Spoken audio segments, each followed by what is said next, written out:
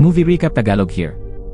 Naniniwala ka ba na ang magandang babaeng ito ay dating pangit at tumitimbang ng 90 kilo?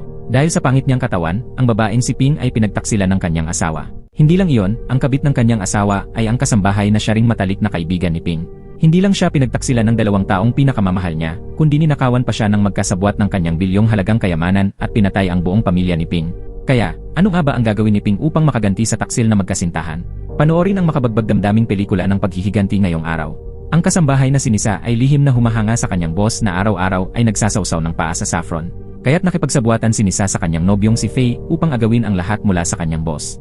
Una, lumikha si Nisa ng pagkakataon upang magkita si Faye at Ping sa isang romantikong tagpo. Nagkunwari si Faye na na-in love kay Ping sa unang pagkikita. Pagkatapos, kusang loob na nagbigay si Faye ng mga bulaklak kay Ping bilang pagpapahayag ng damdamin. Sa loob lamang ng ilang araw, lubusang nahulog ang loob ni Ping kay Faye. May kababata ring kaibigan si Ping na si Cho. Bago pa man siya makapagpahayag ng pag-ibig, nakatanggap na siya ng imbitasyon sa kasal ni Ping at Faye. Sa huli, matagumpay na naisama ni Faye ang kanyang ina sa bahay ni Ping, gaya ng kanyang plano. Kahit ang pamilya ng babae ang gumastos para sa lahat, nagmatigas pa rin ang biyana ni Ping na si Binam Tip at humingi ng hati sa perang pangkasal. Nang hindi ito pinaunlakan, palihim na kinuhanan ni Binam Tip ng litrato ang password sa vault ng ama ni Ping. Kinabukasan, nagising si Ping na wala ang kanyang asawa. Kaya agad siyang bumaba upang hanapin si Faye. Sa huli, natagpuan niya ito sa kusina. Ngunit hinarangan ni Faye ang pinto at nilinlang si Ping na bumalik sa kwarto. Ang kanyang kabit na si Nisa, ang kasambahay, ay nagtatago sa likod ng refrigerator, nanginginig sa takot na baka mahuli ng kanyang boss. Para makuha ang mga mamahaling halamang gamot sa bodega, sinadya ni Binam Tip na sunugin ang bodega. Pagkatapos, ginamit ni Binam Tip ang dahilan na siya ay nag-apula ng apoy upang magbuhos ng tubig sa bodega. Nag-alala ang ama ni Ping na baka nabasa ang mga halamang gamot, kaya agad niyang kinuha ang susi upang buksan ang bodega. Ito mismo ang hinintay ni Binam Tip. Nang makita niya ang iba't ibang mamahaling halamang gamot sa loob ng bodega, namula ang mga mata ni Binam Tip sa kasakiman. Alam ni Nisa ang oras ng pagtulog ng ama ni Ping, kaya madali niyang nakuha ang susi at nagnakaw. Hawak na nila ang password at ang susi, kailangan na lang nila ang tamang pagkakataon upang kumilos. Habang palihim na nagbubuni ang grupo ni Nisa, lalong lumakas ang kanilang loob. Si Binam Tip ay nagtungo pa sa kasino upang magwaldas ng pera. Dahil dito, nawala ni Binam Tip ang lahat ng perang inutang niya sa mga loan shark. Nahuli rin siya ng mga ito at ikinulong pansamantala. Samantala, sinamantala ni Faye at Nisa ang bawat pagkakataon upang lalong maging malapit sa isa't isa. Dahil dito, hindi narinig ni Faye ang tawag ng kanyang ina na humihingi ng tulong. Kaya't napilitan si Binam Tip na lumapit kay Ping. Agad namang nagdala ng pera si Ping sa kasino upang iligtas ang kanyang biyanan. Ngunit doon ay tinakot si Ping ng may-ari ng kasino. Pinilit siyang ibenta ang kanilang pag-aari, ang tindahan ng halamang gamot ng kanilang pamilya. Sa kabutihang palad, sinamahan siya ng kanyang matalik na kaibigang si Cho. Si Cho ang namagitan sa pag-uusap upang ayusin ang gusot. Pagka-uwi nila, patuloy pa rin si Binam Tip sa pangungumbinsi kay Ping na ibenta ang tindahan ng halamang gamot sa may-ari ng kasino. Naiinis na si Cho, kaya tumindig siya upang ipagtanggol si Ping. Naggitngit si Binam Tip ngunit wala siyang magawa. Kaya't sinimulan na niyang manggulo. Agad siyang pinigilan ni Ping. Sa galit, sinubukang suntukin ni Binam Tip si Cho. Agad namang umiwas si Cho. Sa pagkabigla, tumuloy-tuloy si Binam Tip at nabangga ang kahoy na takip ng upuan. Nang akmang tutulungan na ni Ping ang biyanan na bumangon, dumating sina Faye at Nisa. Nang marinig ni Faye ang baluktot na bersyon ng kwento mula kay Binam Tip, agad siyang nainis kay Ping. Kaya't hindi na siya nag-abala pang makinig sa paliwanag ni Ping at pinilit niya itong humingi agad ng tawad sa kanyang ina. Pagkatapos humingi ng tawad, susubukan pa sanang ipaliwanag ni Ping na binayaran niya ang utang para kay Binam Tip, ngunit malamig siyang pinutol ni Faye. Nakatayo lamang si Cho sa tabi ni Ping, nasasaktan at galit, ngunit walang magawa. Ngunit sa huli, si Cho ay isang tagalabas lamang, kaya't malungkot siyang umalis. Sa sandaling ito, sumingit si Nisa na kunwari tagapamagitan, at pahiwatig na pinayuhan si Faye na huwag munang sumobra. Hindi pa tamang panahon upang tuluyang sirain ang lahat. Matapos nito, nagtungo ang grupo ni Nisa sa isang tagong sulok upang planuhin ang pagnanakaw ng pera ni Ping. Sinamantala nila ang pagkakataon habang nasa charity medical mission ang pamilya ni Ping. Pumasok ng palihim sina Binam Tip at Nisa upang nakawan ng mga mamahaling halamang gamot ang bodega. Hindi nila alam na narinig ito ng isang pulubi sa labas. Sa kasamaang palad, habang tumatakas, natabig ng pulubi ang isang kahon kaya't nadiskubre ng grupo ni Nisa ang kanyang presensya. Nakita ito ni Faye at agad niyang pinigilan ang pulubi. Sa mga oras ding iyon, dumating ang pamilya ni Ping. Agad na ibinintang sa pulubi ang lahat. Si Faye ang nagsabing ang pulubi ay pumasok sa bahay upang magnakaw ng mga halamang gamot. Ngunit nang makita ng ama ni Ping na ang pintong nakalock ay bukas na at ang mga halamang gamot ay maayos na nakaayos, alam niyang hindi ito gawa ng isang pulubi lang, ito ay planadong pagnanakaw. Gayunpaman, para sa kapakanan ng kanyang anak, nagpa siya ang ama ni Ping na huwag munang ituloy ang investigasyon. Kinabukasan, pinuntahan ni Ping ang pulubi upang linawin ang nangyari. Pagka-uwi niya, sadyang lumapit si Nisa at nagpakitang kunwari nag-aalala. Bigla, naamoy ni Ping ang isang pamilyar na amoy mula kay Nisa. Ang amoy na ito ay ang pabango na palaging naamoy niya sa damit ng kanyang asawa. Kaya't palihim na pumasok si Ping sa silid ni Nisa. At totoo nga, natagpuan ni Ping ang bote ng pabango na may parehong amoy doon. Napahinto siya sa gulat at walang magawa kundi sandaling mapaupo sa tabi ng aparador. Sa sandaling iyon, may kahon na nahulog mula sa itaas ng aparador. Lumaglag rin ang litrato mula sa loob ng kahon. Nang pulutin ito ni Ping at tingnan, hindi siya makapaniwala sa kanyang nakikita. Ang masayang buhay na matagal na niyang pinapangarap ay isa lamang palang biro. Pinilit ni Cho na aliwin si Ping. Ngunit ang pinakaimportanteng dapat gawin ay mahuli sa aktong pagtataksil sina Nisa at Faye at palayasin sila sa bahay. Ngunit sino nang mag-aakalang ang mungkahing ito ang magiging dahilan ng pagkamatay ng buong pamilya ni Ping? Nang makita ni Ping na lantaran ng nagtitinginan at naglalambingan sina Nisa at Faye sa tindahan, naisip niya kung paano sila mahuhuli sa akto. Napansin ni Faye ang kakaibang kilos ni Ping, kaya nagsimula siyang maghinala. Dahil natatakot na baka may mangyaring hindi inaasahan kung patatagalin pa, nagdesisyon ang grupo ni Nisa na kumilos kaagad. Pagkatapos, nakatanggap si Nisa ng balita na aalis ang buong pamilya ni Ping upang bumisita sa mga kamag-anak ng ilang araw. Masayang-masaya si Nisa habang pinapanood ang pag-alis ng pamilya ni Ping. Kaagad pagkatapos, nagsimulang mag-empake ang grupo ni Nisa ng mga halamang gamot upang ibenta sa may-ari ng kasino. Ngunit hindi nila inaasahan na hindi nila makikita ang perang kapalit at sila pa ay binugbog ng may-ari ng kasino. Lumabas na ang mga halamang gamot na ibinenta nila ay expired at mababang klase lamang. Galit na galit ang may-ari ng kasino na halos patayin si Faye. Nangakong babayaran ni Nisa ang naging lugi at nakiusap siya na bigyan sila ng isa pang pagkakataon. Pagbalik ni Nisa sa bodega, laking gulat niya na wala na ang lahat. Tanging mga litrato nila ni Faye ang naiwan. Sa puntong iyon, lumitaw si Ping. Lantad na ang lahat. Sinabihan ni Ping sina Nisa at Faye na umalis na lang ng kusa. Ngunit makapal ang mukha ni Faye at hinabol si Ping, umiiyak at nagmamakaawang patawarin siya. Kaya't sinabi ni Ping sa kanyang ina na tumawag ng pulis. Sa gulat at takot, biglang bumunot ng baril si Faye at tinutukan si Ping. Dahil sa banta, napilitan si Ping na sabihin kung saan nakatago ang mga mamahaling halamang gamot. Nang sandaling nagpabaya si Faye, biglang rumagasa ang lahat upang agawin ang baril. Isang putok ang biglang umalingaw-ngaw. Bumagsak sa sahig ang ina ni Ping. Nanginig sa takot si Faye at napaupo sa lupa. Alam ni Nisa na wala na silang takas. Kaya't pinulot niya ang baril at tinutukan ang lahat, binabantaan silang huwag tumawag ng pulis. Katatapos lamang bumalik ng ama ni Ping sa bahay nang marinig niya ang putok. Sa matinding takot, nagtago lamang siya sa isang sulok at tahimik na pinanood ang mga pangyayari. Sa mga oras ding iyon, dumating ang kasambahay na si Han. Agad na inutusan ng ama ni Ping si Han na tumawag ng pulis. Ngunit sa hindi inaasahang pangyayari, siya mismo ay pinagtulungan at brutal na inatake ni Han. Lumabas na matagal nang binayaran ni Nisa si Han upang maging kasabwat niya. Hindi na kinaya ng pulubi ang lahat at buong tapang siyang tumakbo papunta sa pintuan. Ngunit agad siyang hinila pabalik ni Faye. Sa pagkakagulat, aksidenteng tumama ang ulo ng pulubi sa isang salaming kabinet. Isang matinding sigaw ng sakit ang narinig, saka bumagsak ang pulubi sa sahig habang namimilipit sa hirap. Sa mga sandaling iyon, natuklasan din ni Ping na ang kanyang ama ay nakahandusay na sa isang lawa ng dugo. Nakiusap ang ama ni Ping kay Faye na huwag nang idamay si Ping alang-alang sa kanilang pinagsamahan noon. Habang nag-aalinlangan pa si Faye kung ano ang kanyang gagawin, isang pagkatok sa pintuan ang naging hudyat ng mas matinding trahedya. Dumating pala ang may-ari ng kasino upang kunin ang mga paninda. Nang makita ang kaguluhan sa loob, hindi na ito nag-abala pa. Habang paalis na ang may-ari ng kasino, hinila siya ni Nisa upang humingi ng tulong. Sa pagkasilaw sa mga alok ni Nisa, tinulungan ng may-ari ng kasino ang grupo ni Nisa. Ang plano, gamitin ang kamay ni Ping upang muling barilin ang kanyang ina, iwanan ang mga selula ng balat ni Ping sa ilalim ng kuko ng kanyang ina, linisin ang buong eksena, iwanan ang bangkay ng ina, at palabasing si Ping ang pumatay at tumakas. Hindi inaasahan, ngunit dahil sa pagkasilaw sa pera, sinunod talaga ng grupo ni Nisa ang plano. Balak pa ni Faye na ilibing ng buhay si Ping, ang kanyang ama, at ang pulubi. Kahit nagmamakaawa si Ping na huwag silang saktan alang-alang sa kanilang nakaraan, hindi siya pinakinggan ni Faye. Sa halip, ilang beses pa siyang binugbog gamit ang bakal na pamalo. Pagbalik ni Nisa, nagkunwari siyang takot at agad na tumawag ng pulis. Sinabi niya kay Officer Liu na madalas mag-away sina Ping at ang kanyang ina dahil palihim na nagnanakaw ng pera si Ping mula sa botika. Ngunit matalas si Officer Liu at agad niyang napansin ang maraming kahina-hinalang bahagi sa salaysay ni Nisa. Ngunit biglang dumating ang nakatataas na opisyal ni Liu at sinabing malinaw na raw ang kaso, kaya't kailangan na agad tapusin ito. Lumabas na kilala pala ng opisyal ang may-ari ng kasino. Subalit ang kasamaan ay may hangganan at ang langit ay may habag. Hindi pala naging sayang ang bigat na 90 kilo ni Ping. Mula sa kanyang libingan, bumangon siya, unti-unting lumitaw ang kanyang braso mula sa lupa. Dahil sa bigat ng kanyang katawan, madali niyang nalampasan ang kapal ng lupa at nakaahon. Ngunit wala pang oras para magpasalamat o magdiwang si Ping, ang kanyang ama at ang pulubi ay nananatili pa ring nakalibing at hindi alam kung sila'y buhay pa. Sa gitna ng taranta, naalala ni Ping si Uncle Zhang na nakatira malapit sa kanila. Kaya't pinilit ni Ping na gamitin ang natitirang lakas upang tumakbo sa bahay ni Uncle Zhang at ipaliwanag ang sitwasyon. Sa kabutihang palad, may pag-asa pa. Pinangunahan ni Uncle Zhang ang pagsagip sa ama ni Ping at sa pulubi. Mabuti na lang at nag-inat si Uncle Zhang, hindi niya agad dinala sa ospital sina Ping, ang ama niya at ang pulubi. Sa halip, inimbitahan niya ang isang doktor na kilala niya at mapagkakatiwalaan. Kinabukasan, pinalabas na sa buong lungsod ang warrant para hulihin si Ping at ang kanyang ama. Nang makita ni Ping ang balita, labis siyang nabigla. Samantala, ang ama ni Ping ay labis na nabigla at nayanig, bumuga siya ng dugo sa sobrang pagkagulat. Sa parehong oras, sa malayong Korea, nakita rin ni Cho ang balita. Nabali pa ang agimat na ibinigay ni Ping sa kanya nang hindi sinasadya. Bagaman ilang ulit na nagpadala ng mensahe si Cho, hindi kailanman sumagot si Ping. Nang paalis na sana si Ping upang dalhin ang kanyang ama sa isang pribadong ospital, biglang lumitaw ang isang sasakyang pulis sa tapat ng bahay. Agad siyang sinabihan ni Uncle Zhang na bumalik sa loob at magtago. Siya na raw ang bahala sa mga pulis. Lumalabas na nahuli sa surveillance camera ang sasakyan ni Uncle Zhang kagabi. Kaagad na ipinadala ng hepe ng pulisya ang kuha ng CCTV sa may-ari ng kasino. Nang makita ito, agad na nakilala ni Nisa na si Uncle Zhang ang may-ari ng sasakyan.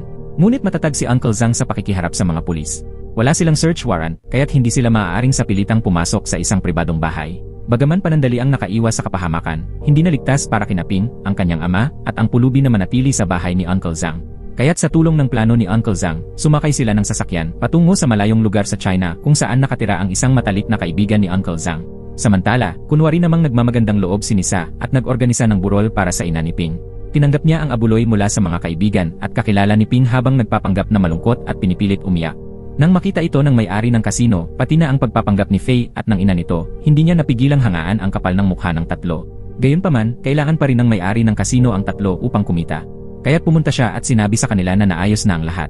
Ilang sandali pa, inanunsyo ng mga pulis na nakakita sila ng dalawang sunog na bangkay. Pinaghinalaan ng pulisya na si Ping at ang kanyang ama ay nasunog habang tumatakas. Labis na nasaktan si Cho nang malaman ang balita. Hindi niya inakala na ang huli nilang pagkikita sa paliparan ay siyang huli na talaga. Sa tulong ng may-ari ng kasino, nakuha ni Nisa, Faye, at binamtip ang lahat ng ari-arian ng pamilya ni Ping, ngayon ay legal na nasa kanilang pangalan na. Sa kabilang dako, pansamantala nang naninirahan si Ping sa bahay ni Dr. Liang. Nakuha rin niya ang bagong pagkakakilanlan bilang mamamayang Chino. Sa ginawang pagsusuri, napag-alaman ni Dr. Liang na tuluyan nang nawala ng paningin ang kanang mata ng pulubi. Malala rin ang pinsala sa utak ng ama ni Ping at hindi na ito maaaring maibalik pa sa dati. Ngunit kahit gaano pa kalupit ang trahedyang dumating, hindi nagpatinag si Ping. Ang mga binhi ng matinding galit ay nagsimulang sumibol sa kanyang puso. Sa kaarawan ni Binamtip, biglang may maya na bumangga sa salamin at namatay kaagad. Naalala bigla ni Nisa na ganoon din ang nangyari noong sinimulan niyang saktan si Ping. Sa kanto ng kalye, hindi kalayuan sa lugar, isang magandang babae ang tahimik na nakatayo at nanonood sa lahat ng nagaganap. Siya si Ping, ang babaeng dati may timbang na 90 kilo. Ang biyanan niyang dating masungit at mapagmataas, ngayoy kunwari mabait at mapagkumbaba. Si Nisa, ang kasambahay, ay naging malupit at tuso, nakasuot ng mamahaling damit, may ginto at pilak sa katawan. At ang lalaking nangakong poprotektahan si Ping habang buhay ay tuluyan na ring ipinakita ang tunay na kulay, isang kasuklam-suklam na pagkatao. Sa harap ng masasamang mukhang iyon, muling isinilang si Ping, nagbago ng anyo at bumalik mula sa kamatayan. Sa harap ng puntod ng kanyang ina, nanumpa si Ping na babayaran niya ng dugo ang kanilang utang na dugo. Mula kay Dr. Liang, natutunan ni Ping ang sining ng acupuncture. Isinaulo niya ang lahat ng gamit at lokasyon ng 187 acupuncture points sa katawan ng tao. Araw-araw, gulay lang ang kinakain ni Ping, tubig lang ang iniinom, at walang tigil sa pag-ensayo ng mga ehersisyo mula umaga hanggang gabi. Sa wakas, sa kanyang matyagang pagsusumikap, nakamit ni Ping ang matamis na bunga. Ang dating pangit at matabang babae na may timbang na 90 kilo ay biglang naging isang magandang dilag na parang modelo ang katawan. Kasabay nito, nagpa siya rin ang pulubi na wala na siyang atrasan. Pinilit niyang matutunan ang iba't ibang uri ng pakikipaglaban. Lalong humusay ang kanyang kakayahan sa pagbaril. Pinutol niya ang kanyang mahabang buhok na ilang taon na niyang pinalago. Sa isang iglap, ang dating pulubi ay naging isang makisig at bihasang binata. Sa pagkakataong ito, bumalik ang grupo ni Ping sa dati nilang lugar, ngunit may bago na silang layunin. Ito ay ang maghiganti, anuman ang kapalit. Nakita ni Ping na dumalaw si Cho sa puntod ng kanyang ina upang magsindi ng insenso. Napuno ng halo-halong damdamin si Ping. Sinundan niya si Cho at natuklasan niyang nagbukas ito ng isang maliit na tindahan ng pansit. Lumabas na matapos malaman ni Cho ang pagpanaw ng ina ni Ping, pumunta siya upang guluhin ang kasal ni Faye at Nisa. Tuwing namimiss niya si Ping, dumadalaw siya sa puntod ng pamilya ni Ping upang magsindi ng insenso. Bumalik sa kasalukuyan, hawak ni Cho ang isang order slip na kakaiba. Laking gulat niya, pareho ng panlasa sa pagkain ang customer sa panlasa ni Ping noon. Biglang naalala ni Cho ang kabataan ni Ping. Hindi niya napigilang lapitan ang mesa upang silipin kung sino ito. Biglang nahulog ang isang chopstick. Nagkatinginan si Cho at Ping. Isang damdaming pinaghalong pamilyar at estranghero ang bumalot kay Cho. Sana nga, si Ping ang babaeng kaharap niya ngayon. Pinilit ni Ping na pigilan ang kanyang luha.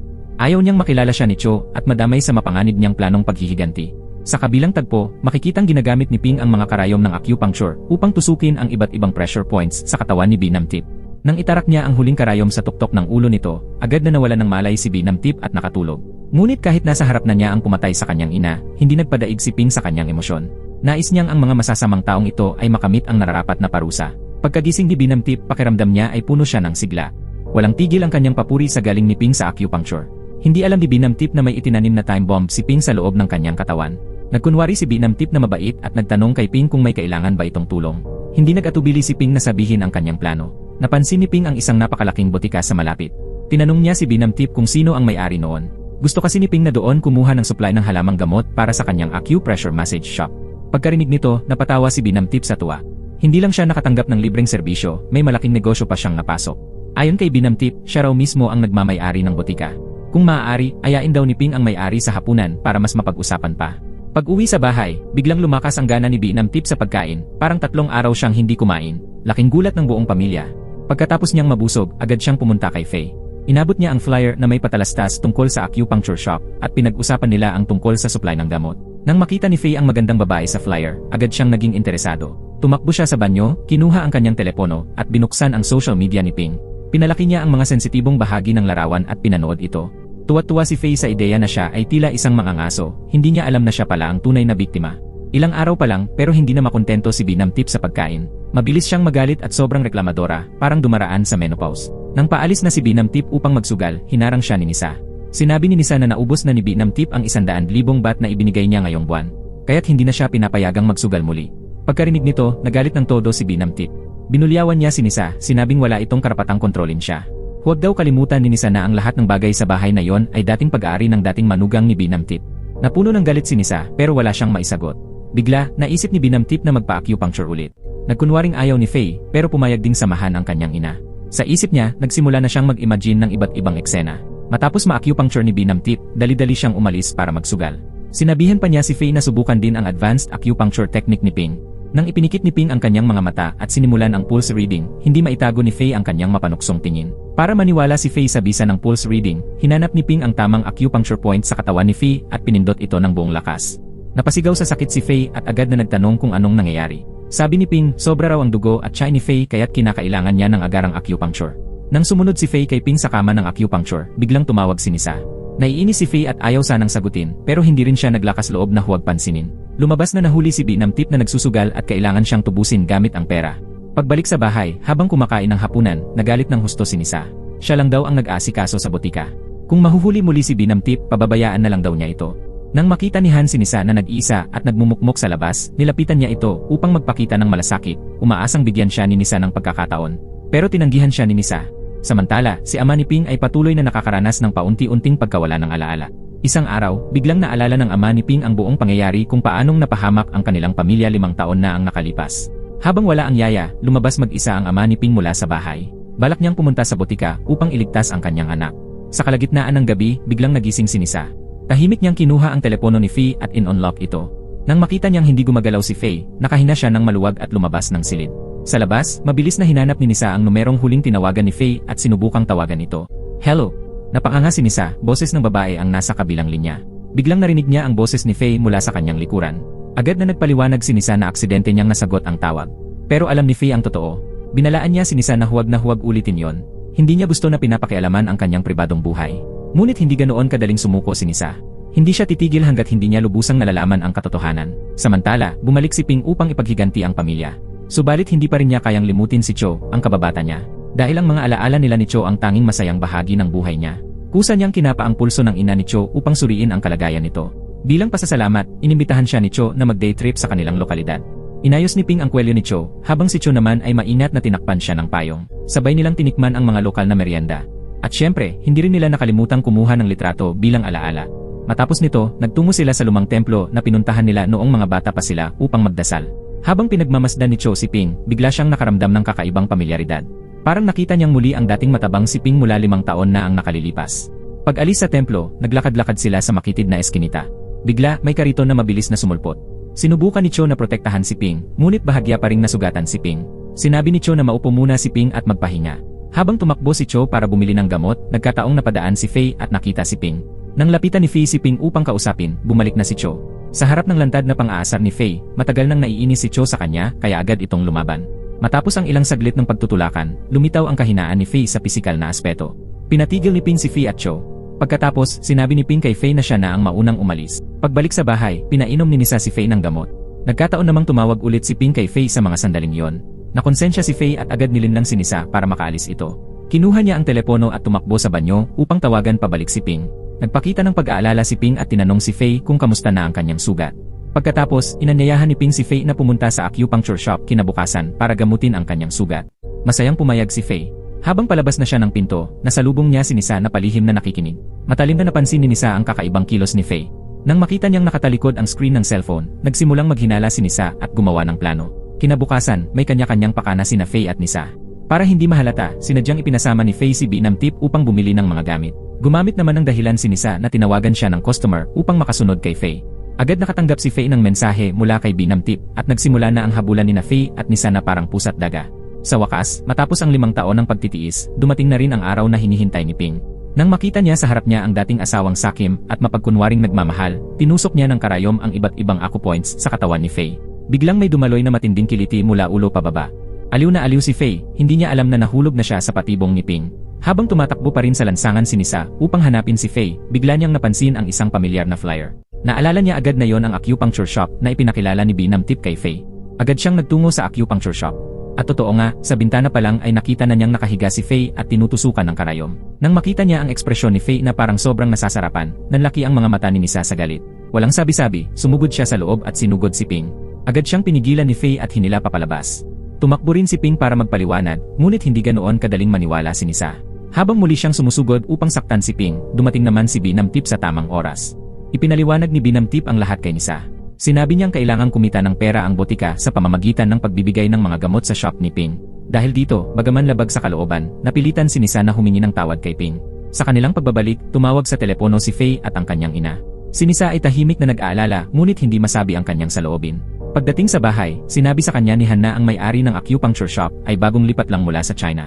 Pero pakiramdam pa rin ni Nisa na parang pamilyar si Ping. Ininom ni Faye ang gamot na pampagana ng dugo at pampalakas ng kalamnan na ibinigay sa kanya ni Ping. Hindi nagtagal, naramdaman ni Faye na mainit ang buo niyang katawan. Nang makita ang kaakit-akit na katawan ni Nisa, hindi napigilan ni Faye ang sarili at lumapit upang makipaglambingan. Pero wala na sa mood si Nisa para pagbigyan si Faye. Wala nang magawa si Faye kundi humanap ng ibang paraan para mailabas ang init ng katawan. Nagsimulang mag-push up si Faye, saka ginawa ang iba't ibang uri ng masisiglang ehersisyo. Umabot pa siya sa pag-hula hoop. Ang pinsan niyang nasa sulok ng kwarto ay nagtataka sa kanyang nakikita at hindi maintindihan ang nangyayari. Kinabukasan, mag-isa si Faye sa isang sulok. Sinusubukan pa rin niyang pakalmahin ang sarili dahil naroon pa rin ang epekto ng gamot. Bigla niyang nakita ang sekretarya ng may-ari ng kasino na naghuhugas ng kotse. At totoo nga, ibang klase ang ganda ng babaeng iyon. Mula sa paghuhugas ng kotse ay nauwi ito sa parang paghuhugas ng sariling katawan. Hindi sinasadyang nabitawan ng sekretarya ang espongha. Hiniling ng sekretarya kay Faye na pulutin ito para sa kanya. Ninerbiyos si Faye, hindi niya alam kung ito ba'y biyaya o kapahamakan. Napansin naman ni Nisa ang isang mahabang hibla ng buhok sa kwelyo ni Faye. Agad siyang kinabahan. Kaya't hinabol niya si Faye at tinawag pabalik. Pinakita ni Nisa ang hibla ng buhok at tinanong si Faye kung kanino ito galing. Kalma namang sumagot si Faye na hindi niya alam. Pero syempre, hindi papayag si Nisa na ganoon lang. Patuloy niyang kinulit si Faye. Dahil sa ingay ng pagtatalo, labis na nairita si Binam Tip. Nakakainis daw, bakit kailangang palakihin ang isyu dahil lang sa isang hibla ng buhok. Ang hindi alam ni Nisa, ilang oras pa lang ang nakalilipas mula nang pulutin ni Faye ang espongha ng sekretarya. Habang muntik nang may mangyari kina Faye at sa sekretarya, biglang dumating ang may-ari ng kasino at napatigil sila. Ngunit dahil sa epekto ng acupuncture at gamot, hirap na si Faye na pigilan ang sarili. Napatingin siya sa isang pader kung saan may nakapaskil na patalastas ng prostitusyon. Habang tinatawagan ni Faye ang numero sa anunsyo, isang pulang kotse ang huminto sa likuran niya. Lumabas ang sekretarya ng kasino at inalok siyang ihatid. Mabait na kinabit ng sekretarya ang seatbelt ni Faye. Isang tinginan lang, sapat na para magkaintindihan. At kung anong kailangang mangyari, nangyari nga. Pagkatapos nito, umuwi si Faye at nagkaroon sila ng matinding pagtatalo ni Nisa. Napilitang makialam si Binam Tip kaya tumaas ang kanyang presyon. Nang mahimasmasan, pinagalitan ni Binam Tip si Nisa. Dahil daw sa kaguluhan ni Nisa, muntik na siyang tumalon sa balkonahe. Sinabihan din ni Binam Tip si Nisa na huwag na muling gumawa ng eksena. Hindi alam ni Binam Tip na ang lahat ng ito ay epekto ng acupuncture ni Ping. Kaya pumunta si Binam Tip kay Ping upang magpa-acupuncture at mag-relax. Sinabi ni Ping sa pulubing sipong na ang mga sintomas ni Binam Tip ay mga unang palatandaan ng sakit sa puso. Dagdag pa ni Ping, hindi siya maaawa kay Binam Tip. Habang pinagsasaluhan ang durian sticky rice na may gata na niluto ni Ping, napasabi si Binam Tip na sana, kahit kalahati man lang ng ugali ni Ping ay meron ang kanyang manugang, na ang dami-daming sinasabi kahit isang hibla lang ng buhok ang issue. Sagot ni Ping, napakagaling daw ng anak ni Binam Tip. Naniniwala raw siya sa kabutihan ni Faye. Isang papuri lang tungkol sa mabuting ina at mabuting anak, hindi na maalis ang ngiti sa mukha ni Binam Tip. Nang malaman ni Ping ang dahilan ng pagtatalo ni Nisa at Faye, napagtanto niyang nahulog na rin si Faye sa patibong. Inutusan ni Ping si Pong na alamin agad kung sino ang kinakausap ni Faye. Napasigaw si Pong na talagang hindi nagbabago ang taong yon. Sa isipan pa lang ni Ping ang itsura ni Faye habang nagdurusa, napangiti na siya. Ang susunod na balak ni Ping ay ang paghigantihan si Nisa. Gusto niyang iparanas kay Nisa ang sakit ng pagiging niloko. Kinabukasan, nagpadala ng mensahe ang sekretarya kay Faye, aalis daw ang may-ari ng kasino para sa isang linggong business trip. Nais ng sekretarya na yayain si Faye para sa tea at cake. Nang makita ni Faye ang litrato ng cake na pinadala ng sekretarya, hindi niya maitago ang kaba. Biyaya ba ito o kapahamakan? Napakatapang ng lalaking ito, hindi lang ng aliwa pero sa kasino pa ng kanyang boss nagplano ng tagpuan. Habang nagtatalik sina Faye at ang sekretarya, biglang bumalik ang may-ari ng kasino. Nataranta si Faye at tumalon mula sa rehas. Sa huli, hindi na kinaya ni Faye at bumagsak siya. Patuloy na nagpaputok ang may-ari ng kasino pero hindi siya tinamaan. Habang habol-habol siya, tumakbo si Faye nang walang tigil. Ang lahat ng ito ay bahagi ng plano ni Ping. Inutusan niya si Pong na habulin si Faye gamit ang sasakyan. Samantala, tumakbo si Faye patungo sa basurahan. Naghati na rin ang dalawang tauhan ng may-ari ng kasino upang bantayan ang pasukan at labasan ng kalsada. Natuklasan ni Faye na may pinto sa likod. Dahil wala nang ibang paraan, buong tapang na binuksan ni Faye ang pinto at gumapang sa loob. Hindi niya napansin ang babala na may mabangis na aso sa loob ng bahay. Sina Ping at Pong na nasa labas ay nakita rin ang tagpong iyon. Dahil walang nangyayaring galaw sa loob, nainip si Pong. Kaya't kinuha niya ang isang bakal na kahon at inihagis ito sa loob. Agad na naging pagkain ng aso si Faye. Marahil ay umepekto na ang acupuncture ni Ping. Puno ng enerhiya si Faye at sa wakas ay nakatakas. Pero sa kasamaang palad, nakita siya ng mga tauhan ng may-ari ng kasino matapos matuklasan ang isang piraso ng duguang damit sa lupa. Nang makita ni Pong na sinagip si Faye ni Nisa, ayaw niyang hayaang makatakas si Faye ng ganoon-ganoon lang. Pero may sarili ng plano si Ping. Hinala ni Ping, tiyak na pupunta sa kanya si Faye kapag nakagat na ito ng aso. Totoo nga, nang dalhin ni Nisa si Faye sa ospital, napansin niyang may mga tauhan na ng may-ari ng kasino na nagbabantay sa pintuan. Wala siyang magawa kundi pansamantalang umuwi muna. Nang malaman ni Binamtip ang totoong nangyari, nakaramdam din siya ng takot. Kapag nalaman ng may-ari ng kasino na si Faye ang karelasyon ng sekretarya, siguradong gulo ang aabutin din na Binamtip at Nisa. Nang makita ni Binamtip na lalong lumalala ang sugat ni Faye, may impeksyon at matinding lagnat na ilang araw nang hindi bumababa, naalala niya bigla ang acupuncture shop ni Ping. Pagkatapos suriin ng mabuti ang sugat ni Faye, nagkunwaring walang alam si Ping para maintindihan ang buong sitwasyon. Tinanong ni Ping si Binamtip kung bakit hindi dinala si Faye sa ospital. Nagsinungaling si Binamtip at sinabing nakagat daw si Faye ng aso habang inililigtas ang isang bata. Bukod pa rito, mas pinaniniwalaan daw niya ang kakayahan ni Ping kaysa ospital. Totoo nga, matapos gamutin ni Ping si Faye gamit ang acupuncture at mga gamot, bumuti ang sugat ni Faye. Pero hindi alam ni Binamtip na may ibang epekto ang gamot ni Ping. Inaasahan ni Ping na araw-araw ay sasakit ang ulo ni Faye at ubo ito ng dugo, isang paraan para mailabas ang galit na matagal niyang kinikimkim. Inutusan ni Ping si Pong na bantayang mabuti ang kasino ng may-ari. Maaaring makahanap sila ng ebidensya roon. Totoo nga, isang araw ay may nadiskubre si Pong, isang mahalagang tao. Siya ang hepe ng pulisya na humawak ng kaso 5 taon na ang nakalipas. Noon, nakatanggap ng misteryosong package ang may-ari ng kasino. Pagkabukas niya nito, isang duguang kamiseta ang laman. Hindi ba ito ang floral na kamisetang suot ni Faye noong hinahabol siya ilang araw na ang nakalipas? Galit na galit ang may-ari ng kasino at agad na inutusan ang kanyang mga tauhan na pumunta sa bahay ni Faye. Tamang-tama ang pagkakataon para lalo pang painitin ang sitwasyon. Siyempre, plano lahat ito ni Ping. Nang gabing gamutin ni Ping ang sugat ni Faye, aksidenteng nadiskubre niya ang duguang kamiseta na hinubad na ni Faye. Nang pupulutin na sana ito ni Ping, tinawag siya ng pinsan ni Faye para pasalamatan. Pagkatalikod ng pinsan, dali-daling itinapon ni Ping ang kamiseta sa isang sulok. Pagkatapos makipag-usap kay pinsan, pupulutin na sana ni Ping ang kamiseta nang biglang dumating si Nisa at tinawag siya para kausapin. Kaya wala siyang nagawa kundi umalis muna. Buti na lang at hindi napansin ni Nisa ang kamiseta sa sulok. Upang hindi maantala at mawala ang pagkakataon, ginamit ni Ping ang dahilan na kailangan ng follow-up check para makabalik sa bahay ni na Faye kinabukasan. Subalit, hindi na niya natagpuan ang kamiseta sa sulok. Habang nakayuko si Ping sa paghahanap, nahuli siya ng pinsan ni Faye. Pagkatalikod ni Faye, kinuha ni Ping ang isang barya mula sa kanyang bulsa at nagkunwaring pinulot ang nahulog na barya. Sa paraang iyon, matagumpay na nailigaw ni Ping ang pinsan ni Faye. Pagkatapos nito, tinanong ni Ping kung nasaan ang kamisetang suot ni Faye nang kagatin siya ng aso dahil pinaghihinalaan ni Ping na baka may bakterya iyon na maaaring makahawa sa buong pamilya. Nang marinig ito, natakot ang pinsan ni Faye. Nang sasagutin na niya si Ping at sasabihing nasa trash bag ang kamiseta, biglang dumating si Nisa at pinutol ang usapan. Galit na pinalayas ni Nisa ang pinsan ni Faye. Pagkatapos, sinabi ni Nisa kay Ping na kahit patotoo ang sinabi niyang may bakterya sa kamiseta, wala siyang pakialam doon. Pagdating ni Ping sa pintuan, napansin niya ang trash bag na itinapon ng pinsan ni Faye. Biglang pumasok sa isip ni Ping ang isang ideya. Sa wakas, nahanap ni Ping ang kamiseta ni Faye sa trash bag sa kabilang banda. Dumating ang may-ari ng kasino sa bahay at binugbog si Faye. Naisa nang ipaliwanag ni Nisa ang sitwasyon, ngunit sinuntok siya ng may-ari ng kasino.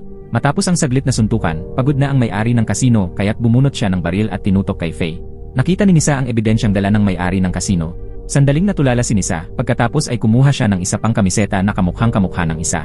Nagsinungaling si Nisa at sinabing nagkataon lamang. Nagbanta ang may-ari ng kasino na kapag nalamang nagsisinungaling sina Nisa at Faye, pareho silang mamamatay. Nakaupo sa kotse at nasaksihan ang buong pangyayari, nagulat si Ping. Maari kayang handa na si Nisa. Ang totoo, ang kamisetang binili ni Nisa para kay Fee ay bahagi ng promo na buy one, get 8 free. May isang buong bag pa sa bahay, kaya natuwa si Ping. Dahil sa sandaling malaman ng may-ari ng kasino na niloko siya, pwede na niyang sabay-sabay na tugisin sina Faye, Binamtip at Nisa. Sa kabilang banda, nag-uusap sina Nisa at Han tungkol sa kung sino ang nasa likod ng pangyayari. Bagamat hindi pa nila alam ang motibo ng taong iyon, malinaw na may alam ito sa sitwasyon ng pamilya dahil madaling nawala ang dugo ang kamiseta. Ang unang pumasok sa isip ni Nisa ay si Ping. Kinabukasan, pumunta si Nisa sa acupuncture shop para manmanan ang sitwasyon. Nang makita niyang magkasamang dumating sina Cho at Ping, agad siyang nagtago. Pero napansin ni Ping si Nisa sa salamin. Habang pinagmamasdan niya ang paraan ng pagtitinginan at pakikipag-usap ni Ping at Cho, nakaramdam si Nisa ng kakaibang lambing. Parang hindi lang basta magkakilala si Ping at Cho. Naisip ni Nisa na kailangan niyang alamin ang tunay na layunin ni Ping. Sa simula, naging matagumpay ang plano ni Ping na paghihiganti. Nagawa niyang pasamain ang loob ni Binamtip hanggang sa atakihin ito sa puso, at naitulak niya ang masungit nitong dating asawa na kalabanin ang may-ari ng kasino. Inutusan ni Ping si Pong na sundan ang may-ari ng kasino. Maaaring may makuha itong mahalagang impormasyon. Natuklasan ni Pong na ang hepe ng pulisya na humawak ng kaso noon ay si Santi. Lumabas na sinamantala ni Santi ang kanyang posisyon upang makipagnegosyo at kumita ng pera. Sa pagkakataong ito, dumating si Santi upang kolektahin ang pera at kasabay nito ay kinumpronta ang may-ari ng kasino. Bago pa nito, dahil sa pagtugis ni Bizin kay Faye, ipinagpaliban ng may-ari ng kasino ang kanyang biyahe sa China. Ang layunin ng pagpunta sa China ay para magtrabaho para kay Santi. Napansin ni Pong na may sumusunod sa kanya, kaya agad siyang nagkunwaring umurong. Matapos makipagbuno sa taong sumusunod sa kanya, nadiskubre ni Pong na ito pala ay si Official Liu. Noong nakaraan, nawawala ang ama ni Ping dahil wala ito sa tamang pag-isip, at si Official Liu ang nakakita sa kanya. At si Official Liu rin ang namuno sa investigasyon ng kaso sa botika noong taon na yon. Dahil sa utos ni Santi, napilitan si Official Liu na maglabas ng mababaw na hatol. Nang hindi sinasadyang makasalubong niya ang ama ni Ping, balak sana niyang dalhin ito sa presinto. Pero sa kabutihang palad, dumating si Pong sa tamang oras at nailigtas ang ama ni Ping mula sa panganib. Kalaunan, habang sinusundan ni Pong si Faye, muli siyang nakita ni Official Liu. Bagaman kahina-hinala ang kilos ni Pong, naramdaman ni Official Liu na hindi ito masamang tao. Sa oras na yon, lumabas sina Santi at ang may-ari ng kasino. Agad na ibinaba ni Pong ang kanyang sombrero. Sa gitna ng pagtatanong ng may-ari ng kasino, nanatiling tahimik si Pong. Nakahawak na si Pong sa kanyang baril, handa na kung sakali. Ngunit biglang nilapitan siya ni Official Liu at inakbayan, sabay sabing junior niya si Pong. Sa ganitong paraan, matagumpay na nailigtas ni Official Liu si Pong sa alanganin. Ngunit hindi alam ni Pong kung ano ang kanyang dapat gawin. Kaya't sinabi na lang niya kay Official Liu na kung may oras ito, sana balikan niya ang kaso sa botika noon. Nang muling siya sa atin ni Official Liu ang kaso, may natuklasan na siyang kahina-hinala. Sa parehong oras, dumating ang nakatataas ni Santi at nagtanong kung ayos lang ba ang lahat. Sa katunayan, alam na ni Santi na may isinasagawang investigasyon si Official Liu. Bagamat tila kalmado na ang ama ni Ping, patuloy pa rin sa kanyang isip ang pagnanais na tumakas pabalik sa botika upang hanapin ang kanyang anak. Sa pagkakataong ito, muling nagtangkang tumakas ang ama ni Ping. Ngunit natuklasan niyang nakalock ang pangunahing pinto. Nang akmang akyat na siya sa pader upang makalabas, nahuli siya ni Uncle Zhang at pinabalik. Humiling ang ama ni Ping kay Uncle Zhang na dalhin siya sa templong Inchik. Sa biyahe, nagkunwari siyang masakit ang kanyang ulo at humingi ng tubig. Bumaba si Uncle Zhang upang bumili ng tubig, ngunit napagtanto niyang nakalimutan niyang magdala ng pera. Paglingon niya, nakita niyang paika-ikang lumalayo ang ama ni Ping. Sa isang magandang pagkakataon, dumating din sina Cho at ang kanyang ina sa lugar na yon. Pumunta si Cho upang bumili ng itlog at harina habang ang kanyang ina naman ay kumuha ng salamin para sa farsightedness. Nakatayo sa gilid ng kalsada ang ama ni Ping at kumakaway sa mga sasakyan, sinasabing gusto niyang pumunta sa botika upang hanapin ang kanyang anak. Sa kabutihang palad, napansin ng driver na tila wala sa tamang pag-isip ang ama ni Ping kaya tumanggi itong isakay siya. Biglang narinig ng ama ni Ping ang tawag ni Uncle Zhang. Agad na humanap ng mapagtataguan ang ama ni Ping. Balisa namang naghanap si Uncle Zhang at hindi sinasadyang nabangga si Cho. Ang kakaibang kilos ni Uncle Zhang ay nagdulot ng pagdududa kay Cho. Sa kabilang banda, hindi sinasadyang nakita ng ama ni Ping si nanay ni Cho. Kumaway siya upang tawagin ito. Kinuha ni nanay ni Cho ang kanyang salamin upang tingnan kung sino ang tumatawag. Ngunit bigla siyang nabangga kaya't nahulog ang kanyang salamin sa lupa. Nang maisuot na niya ito at tumingin sa kabilang direksyon, wala na siyang nakita. Nagbago si Ping at lumuhod sa harap ng kanyang ama. Puno ng pagkakasala at pagsisisi ang puso ni Ping.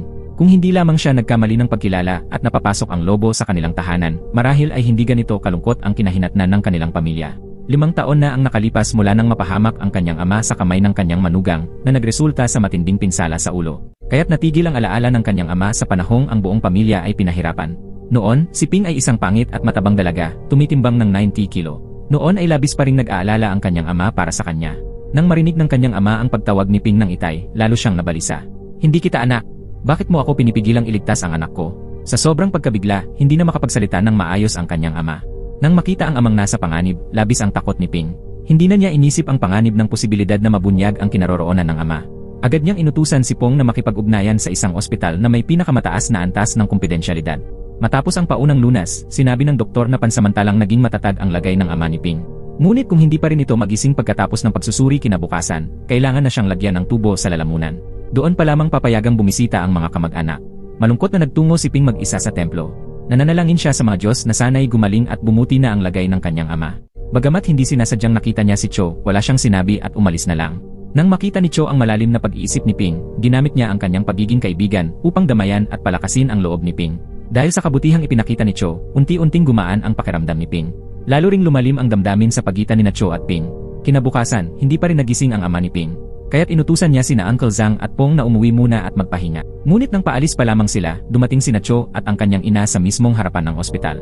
Lumabas na ilang araw na ang nakalipas, narinig ni nanay ni Cho ang tinig ng ama ni Ping na tinatawag ang kanyang pangalan sa palengke. Bagamat agad siyang inilayo ni Uncle Zhang at hindi sila nagkita, sobrang totoo at malinaw ang tinig na yon. Hindi matahimik si nanay ni Cho kaya't bumalik siya kinabukasan sa palengke upang magtanong. Nang paalis na siya, muntik na naman siyang himatayin. Sa isang pagkakataong sakto, ang nurse na nagtutulak ng kama ng ama ni Ping ay hindi sinasadyang nabangga si Cho na nooy nasa tawag sa telepono. Nang tumayo si Cho upang silipin ang nasa kama, agad itong napansin ni Ping at tinawag si Cho pabalik sa tamang oras. Kasabay nito, katatapos lang magpatingin sa doktor ni nanay ni Cho. Paglabas niya, may napansin siyang kakaiba. Bakit kamukhang-kamukha ng taong nakahiga sa kama ng ospital ang ama ni Ping? Inalis ni nanay ni Cho ang kanyang salamin at agad na tumakbo palapit. Nang malapit nang magsara ang pintuan ng elevator, tuluyan na siyang nakasiguro, iyon nga ang ama ni Ping. Mabilis siyang nagtungo kay Cho at sinabi ang nalaman. Naghiwalay sila ni Cho upang hanapin ang ama ni Ping. Ngunit sa huli pa rin sila sa pagkakataon at hindi na sila nakapagkita. Sa wakas, bumaba na ang kaba sa puso ni Ping. Pag-uwi nila, nagtanong si nanay ni Cho, sino kaya ang nagdala sa ama ni Ping sa ospital? Malaki ang posibilidad na si Ping ay buhay pa. Kinuha ni Cho ang isang lumang litrato na matagal na niyang itinago. Muling bumalik sa alaala ni Cho ang mga magagandang sandali kasama si Ping. Hindi na mamalayan, bumaba siya papunta sa bahay ni Ping. Sa isipan ni Cho, buhay ka pa ba talaga, Ping? Nang malaman ni Ping na nakita ng ina ni Cho ang kanyang ama, agad siyang binalaan ni Pong. Hindi pa rin nagbabago ang hitsura ng ama ni Ping, kaya't hindi sapat ang pagpapalit ng pangalan ni Ping upang maitago ito. Hindi pa ito ang tamang panahon para pag-usapan ang pag-ibig. Sinabi ni Pong kay Ping na tumingin ito sa kanyang mga mata. Naroon pa rin sa ospital ang ama ni Ping, hindi alam kung kailan magigising. At naroon rin ang kaluluwa ng kanyang yumaong ina sa langit. Kaya't kumalma si Ping. Napagtanto niyang kailangan na niyang pabilisin ang pagpapatupad ng kanyang plano ng paghihiganti. Upang lalong ipahamak si Faye sa casino owner, sinimulan ni Pong na subaybayan ang kilos ng sekretarya. Ngunit sa pagkakataong ito, si Pong naman ang minamanmanan ni Officer Liu. Habang tinititigan ang matuwid na si Officer Liu sa kanyang harapan, isinulat ni Pong ang 5 numero sa papel at ibinigay ito kay Officer Liu bago umalis. Tiningnan ni Ping ang bote ng tubig na siya mismo ang naghanda at napagpasyahang bibigyan niya ng matinding dagok si Faye ngayong gabi. Gamit ang dating galit sa pagitan ni Faye at ng casino owner, isinakatuparan ni Ping ang tinatawag na pagtaga gamit ang espada ng iba. Nagpadala si Ping ng mensahe kay Faye. Inimbitahan ni Ping si Faye sa acupuncture shop at sinabing kailangan niya ng tulong. Dahil ito ay mula sa taong minsan ay nagligtas sa kanya, masaya itong pinaunlakan ni Faye. Pagkikita nila, kunwari ay nahihiya si Ping at sinabing may gusto siyang sabihin. Habang nagsisimula ng mag-isip si Faye ng mga kalokohang bagay, tumawag si Pong na kunwaring isang customer. Agad gumamit si Ping ng dahilan na kailangan niyang makipagkita sa isang customer at umalis. Bago siya umalis, iniabot niya kay Faye ang isang business card. Pagkatapos nito, inutusan ni Ping si Pong na sundan at dukutin ang sekretarya ng casino owner. Kinagabihan, nagtungo si Faye sa address na nakalagay sa business card. Nang maamoy niya ang likidong inihanda ni Ping, agad siyang nalito at hindi na niya malaman kung sino ang sino. Sa oras na yon, binuhat ni Pong ang walang malay na sekretarya papasok sa kwarto. Pagkatapos nito, ginamit ni Pong ang telepono ng sekretarya upang ipadala ang lokasyon sa casino owner. Agad namang nagtungo roon ang casino owner kasama ang kanyang mga tauhan. Pagkapasok ng casino owner, dumating din sina Nisa kasama sina Binam Tip at Han. Ang totoo, pinigilan ni Nisa si Faye nang balak nitong lumabas noong gabi. Ngunit dahil sa matinding pagprotekta ni Binam Tip kay Faye, napilitan si Nisa na hayaang makaalis si Faye. Pagkaraan, umakyat si Nisa upang kunin ang kanyang telepono at silipin ang lokasyon. Kasi noon pa man ay nilagyan na ni Nisa ng tracking device ang sasakyan ni Faye. Nang makita niyang tumigil ang sasakyan ni Faye sa isang hindi pamilyar na lugar, doon din nagsimulang magsisi si Binam Tip sa mga nagawa niya noon. Dahil sa takot na baka mapahamak si Faye, nagpa siya sina Binam Tip, Nisa, at Han na puntahan ang lugar. Nakatanaw mula sa di kalayuan si Ping at natuwa nang makita ang kotse ni Nisa. Ang kusa at sabay-sabay na pagdating ni Nisa at Binam Tip ay saktong-sakto sa nais mangyari ni Ping. At tulad ng inaasahan, nadala ng casino owner ang buong grupo ni Nisa sa isang lugar sa labas ng lungsod. Bago pa man makapagpaliwanag ang sekretarya, binaril siya ng 4 na beses at agad na namatay sa lugar. Pagkatapos ay si Faye naman ang sunod. Sinadya ni Faye na banggitin sa casino owner na napakaganda ni Nisa at sayang kung mamamatay lang. Dahil sa sinabi niyang iyon, may naalala ang casino owner. Maya-maya, may isa sa mga tauhan na lumapit upang bastusin si Nisa. Nakita ito ni Han at buong tapang niyang pinrotektahan si Nisa. Nang saktan si Han ng tauhan, agad namang binugbog ni Faye ang casino owner at pinatumba ito, sabay takbo palayo. 2 tauhan ang agad na humabol kay Faye. Nagtago si Faye sa ilalim ng isang malaking puno at matagumpay na nakataka sa 2 humahabol. Ngunit nang itaas ni Faye ang kanyang ulo, nakita niyang nasa harap na niya si Pong. Ang totoo, kakakatanggap lang ni Ping ng balitang nagising na ang kanyang ama. Ngunit paglabas ni Ping ng silid, hindi na niya makita si Pong saan man. Tinawagan niya ito at nalaman niyang bumalik si Pong sa lugar na yon. Isa, upang tapusin ang mga ebidensyang may kaugnayan sa kaso, at ikalawa, gusto ni Pong na patayin si Faye gamit ang sarili niyang mga kamay. Walang sinabi si Pong at agad pinagsusuntok si Faye. Tinuro niya ang kanyang mga mata at sinabing iyon ay regalo mula kay Faye. Ngayong araw, ipararanas ni Pong kay Faye ang ibig sabihin ng pagbabayad ng utang na dugo sa dugo. Pagkasabi noon, sunod-sunod na sinuntok ni Pong ang kanang mata ni Faye. Sa wakas, naalala ni Faye na si Pong ang pulubi noong mga panahong iyon. Napagtanto rin niya na ang may-ari ng acupuncture shop ay ang dating pangit at 90 kilong si Ping. Lahat ng nangyari ay bahagi ng planong paghihiganti ni Ping. Sa kasamaang palad, huli na para kay Faye nang matuklasan niya ito. Nang bubunot na ng baril si Pong upang tapusin si Faye, bigla, dumating din ang isa pang tauhan ng casino owner sa lugar na yon. Hindi handa si Pong kaya tinamaan siya ng bala sa tiyan ng tauhan ng casino owner. Dahil sa matinding pinsala, napilitan si Pong na tumakas. Kailangang mahuli ng tauhan si Faye kaya tumigil ito sa paghabol kay Pong. Pagbalik ni Faye, muling nagalit ang casino owner at binugbog siya ng husto. Sa sobrang sakit, napaiyak si Faye at sinabi na bumalik si Ping upang maghiganti sa kanila. Ngunit walang nakinig sa mga sinabi ni Faye. Akala ng lahat ay wala siya sa sarili at nagbubunganga lamang. Ayaw na ng casino owner sa kanyang mga sinasabi, kaya't naghanda itong barilin si Faye para patayin. Nang makita ito ni Binamtip, dali-dali siyang lumapit at itinulak ang casino owner papasok sa hukay. Nakita ito ng tauhan at sinampal si Binamtip ng malakas. Pagkatapos, tumalon siya sa hukay upang tingnan ang kalagayan ng kanyang boss. Sa mga sandaling iyon, naalis na ni Nisa ang pagkakatali sa kanyang mga kamay. Pinulot ni Nisa ang pala at pinatumba ang natitirang tauhan. Nang makita ito ng lalaking bumaba kanina, umakyat siya para labanan si Nisa, pero sinipa siya ni Han at tumilapon sa lupa. Sinamantala ito ni Nisa at muling hinampas ang lalaki. Pagkatapos, itinapon ni Nisa ang pala at dinampot ang kanyang baril.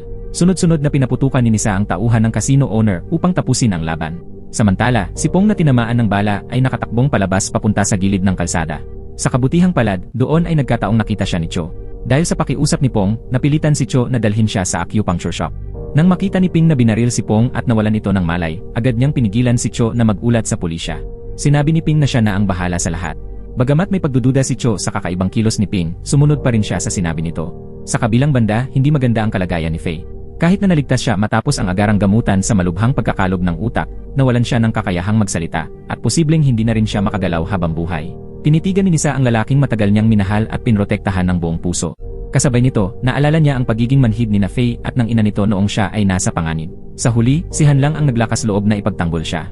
Dito nagsimulang magbago ang damdamin ni Nisa. Pagkagising ni Pong, sinabi niya kay Ping na nalaman na ni Faye ang tunay na pagkatao nilang dalawa. Nagulat si Ping sa narinig. Ngunit sinermunan lang niya si Pong ng kaunti dahil tapos na rin naman ang lahat. Ang mas mahalaga ay hindi pa rin alam ni Ping kung ano talaga ang nangyari noong nakaraang gabi. Sa oras na yon, tumawag si Uncle Zhang mula sa ospital. Ibinalita ni Uncle Zhang na matapos magkaroon ng bangungot at magising, bumalik na ang halos lahat ng alaala ng ama ni Ping. Mas kalmado na rin daw ngayon ang kanyang disposisyon.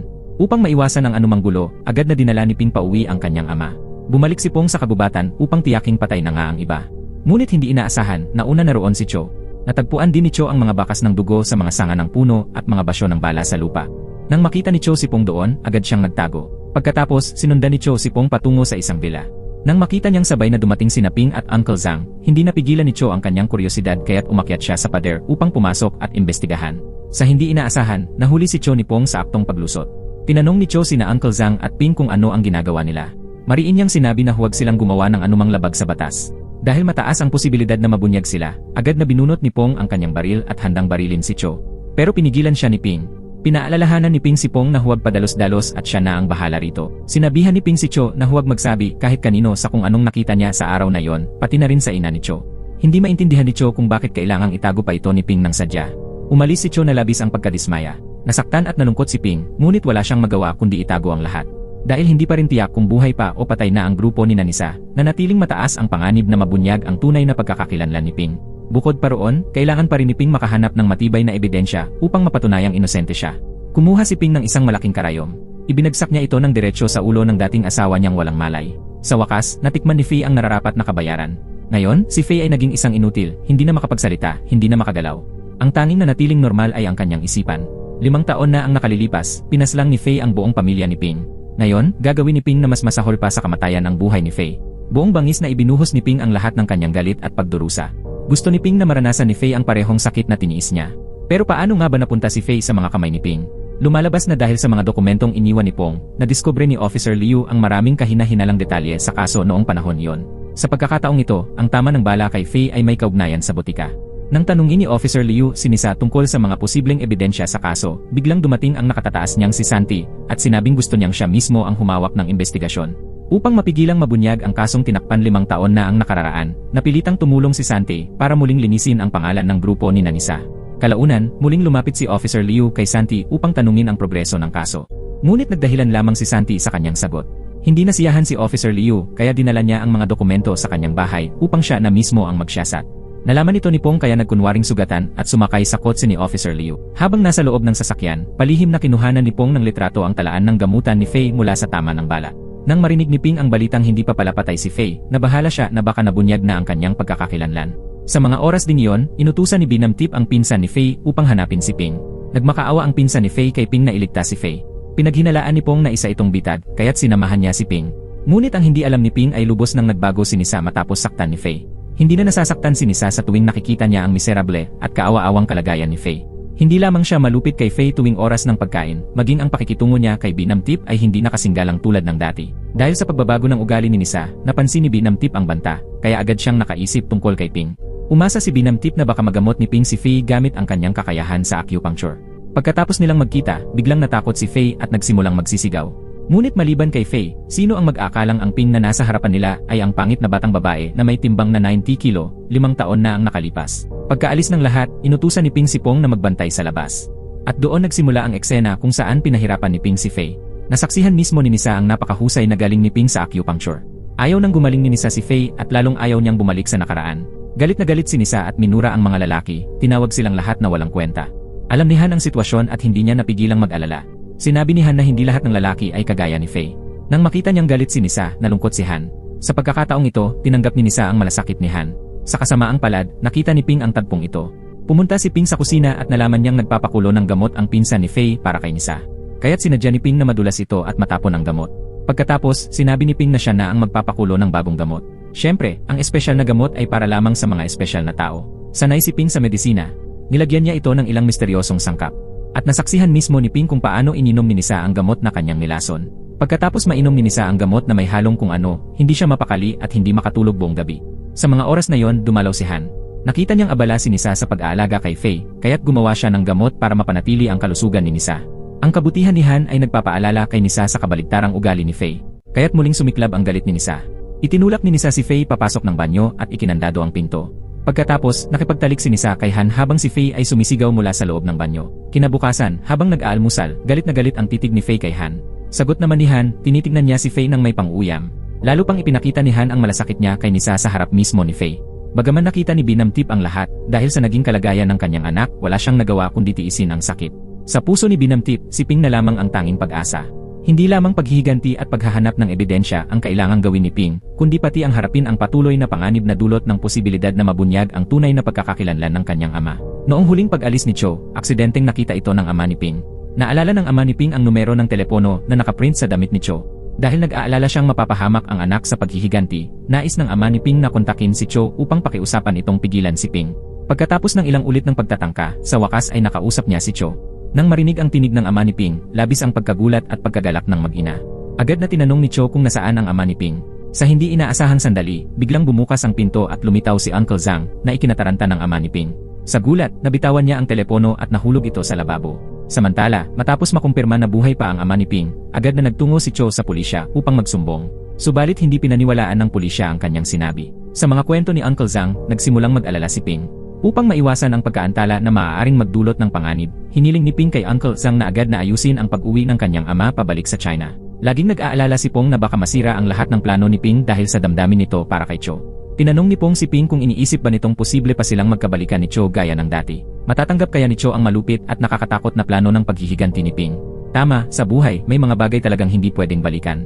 Hawak ni Ping ang pulseras na sumisimbolo sa pagmamahalan nila ni Cho. Makikita sa mukha ni Ping ang lalim ng kanyang iniisip. Samantala, ang balitang buhay pa ang ama ni Ping ay nagbigay kay Cho ng pag-asa na muling makita si Ping. Kinaumagahan, masayang dumating si Pong upang maghatid ng balita. Natagpuan daw ni Pong ang mga bangkay ng mga tauhan ng may-ari ng kasino. Bagaman alam ni Ping na ang grupo ni Nisa ang may kagagawan, kulang pa siya sa ebidensya.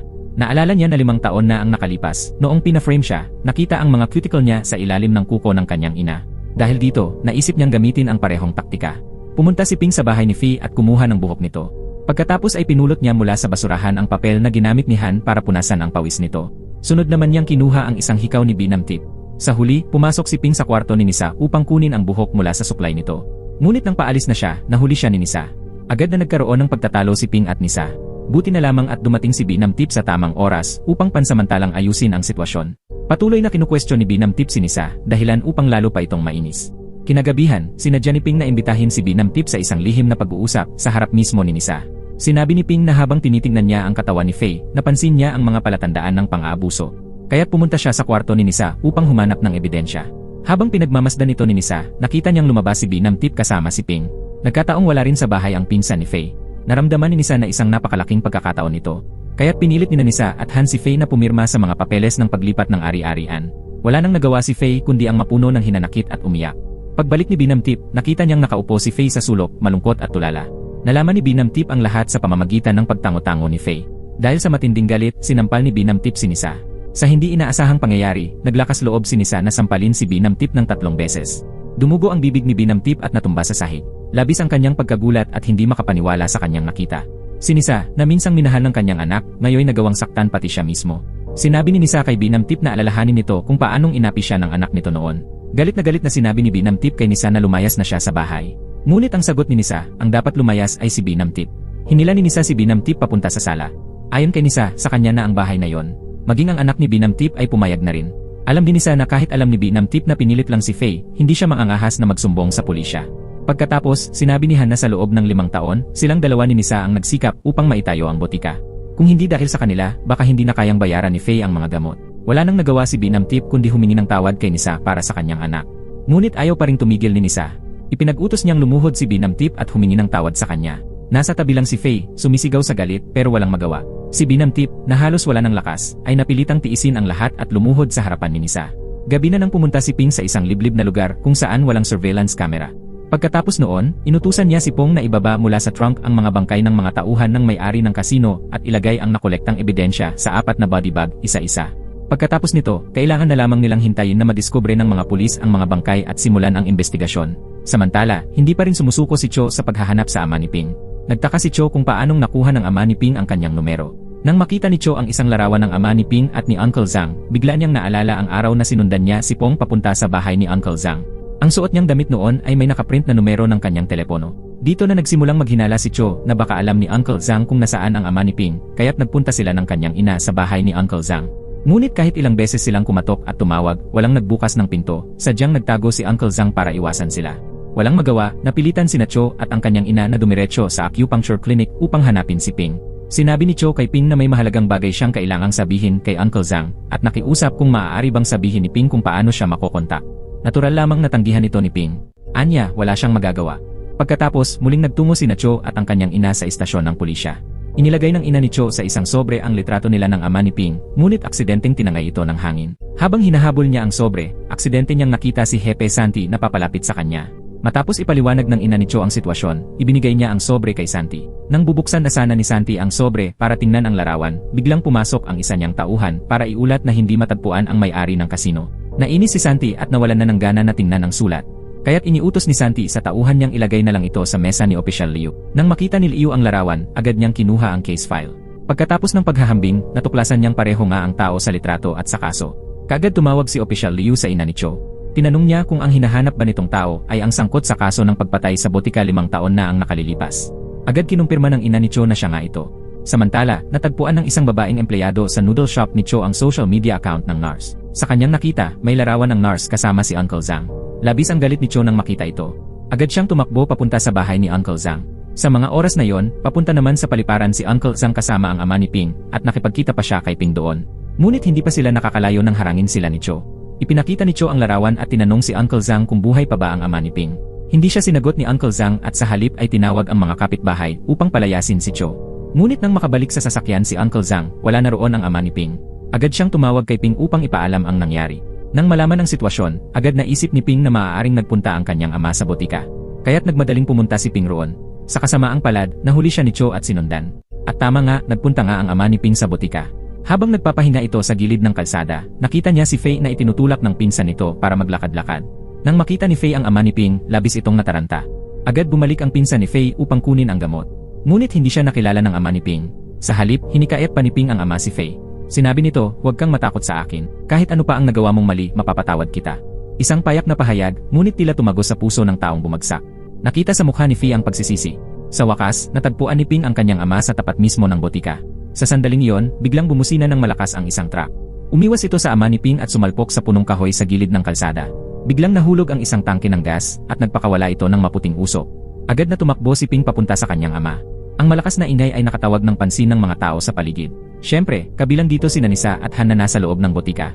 Nang makita nilang buhay ang taong inilibing nila ng buhay, pareho silang nanlaki ang mga mata sa gulat. Hindi makapaniwala si Nanisa at Han sa kanilang nakikita. Ngunit nang makabawi sila sa pagkabigla, wala na roon ang ama ni Ping. Tumakbo na rin si Ping. Nakita ni Nisa ang pagkataranta at ang paghahanap ni Ping sa paligid. Bigla niyang naalala ang sinabi noon ni Faye. Bumalik si Ping upang maghiganti. Kaya't hinanap ni Nisa si Faye. Inutusan niya si Faye na isulat ang lahat ng nalalaman niya tungkol kay Ping sa isang papel. Ngunit hindi inaasahan ni Nisa na ngayon ay kilala na ni Faye ang tunay na masamang pagkatao niya. Kaya't itinapon ni Faye ang papel at panulat sa sahig. Narinig ni Binamtip ang ingay at agad siyang lumabas upang protektahan si Faye. Nang malaman niya na takot si Nanisa at Han na baka bumalik si Ping at ang ama nito para maghiganti, napatawa si Binamtip. Wala na rin naman siyang kahit ano sa buhay. Kaya wala na siyang kinatatakutan.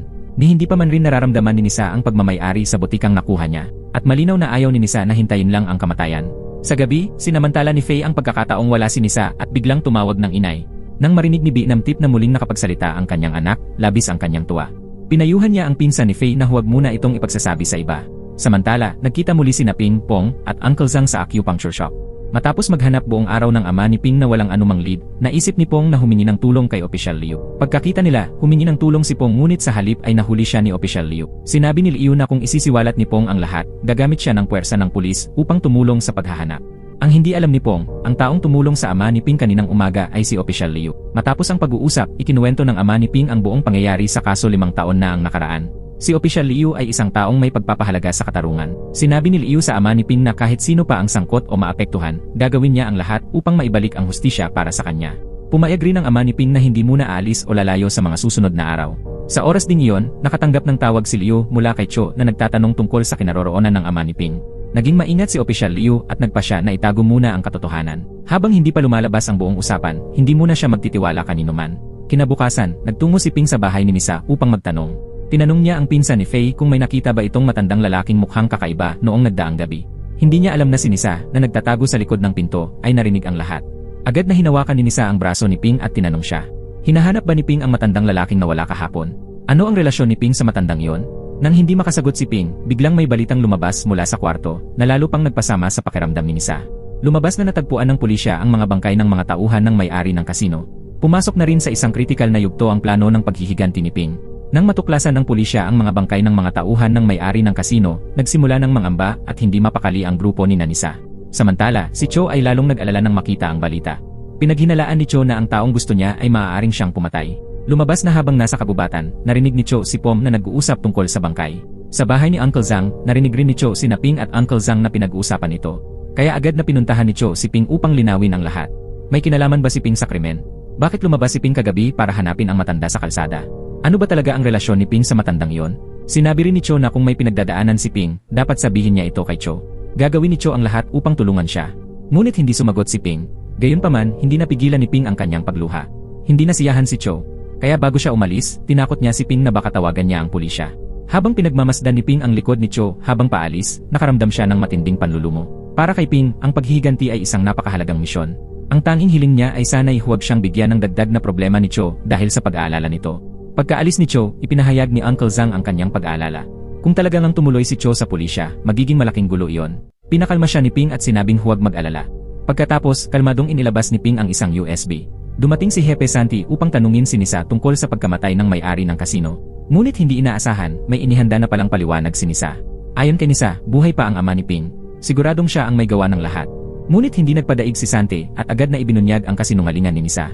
Inilabas ni Santi ang video kung saan makikitang binubugbog ng may-ari ng kasino sina Nisa at Faye. Ito rin ang ebidensyang nasa loob ng USB ni Ping.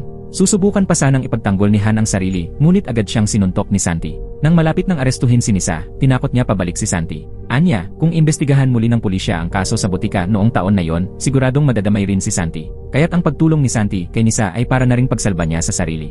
Totoo nga, napaisip si Santi sa sinabi ni Nisa. Pagka-uwi ni Santi, panlabas na sinubukan ni Nisa na pakalmahin si Binamtip. Ngunit sa likod nito, nagplano sina Nisa at Han kung paano nila isisisi kay Faye at sa kanyang ina ang lahat. Kapag dumating na ang tamang pagkakataon, ibebenta ni Nisa ang lahat ng kanyang ari-arian at tatakas. Samantala, si Faye ay nakahiga sa kama at nagkukunwaring natutulog. Kaya narinig niya ang lahat ng mga sinabi ni Nisa at Han. Kinabukasan, nagtungo si Nisa sa opisina ni Santi. At gaya ng inaasahan, pumayag si Santi na tulungan si Nisa. Nang makita ni Nisa ang plano ng pagtakas na ibinigay sa kanya, tuwang-tuwa siya. Hindi alam ni Nisa na ang plano ay galing pala kay Ping. Sa puntong ito, nasa kritikal na yugto na ang plano. Para hindi magtagumpay ang balak ni Nisa, pinuntahan ni Ping si Santi, ang parehong taong tumakip kay Nisa noon. Nagkunwari si Ping na siya ang anak sa labas ng may-ari ng kasino at nais niyang ipaghiganti ang kanyang ama. Pagkatapos noon, ginamit ni Ping ang 2 maleta na puno ng pera upang kumbinsihin si Santi na makipagtulungan sa kanya. At doon natanggap ni Nisa ang plano ng pagtakas mula kay Santi. Kasama sa plano ang mga tagubilin kung paano lalabas na may ibang gumawa ng krimen. Nagpasya si Faye na lumayo sa mundo para takasan ang parusa at isisi sa kanilang mag-ina ang pagpatay sa may-ari ng kasino. Nang makita ang plano, tuwang-tuwa sina Han at Nisa at agad silang pumayag na sumunod dito.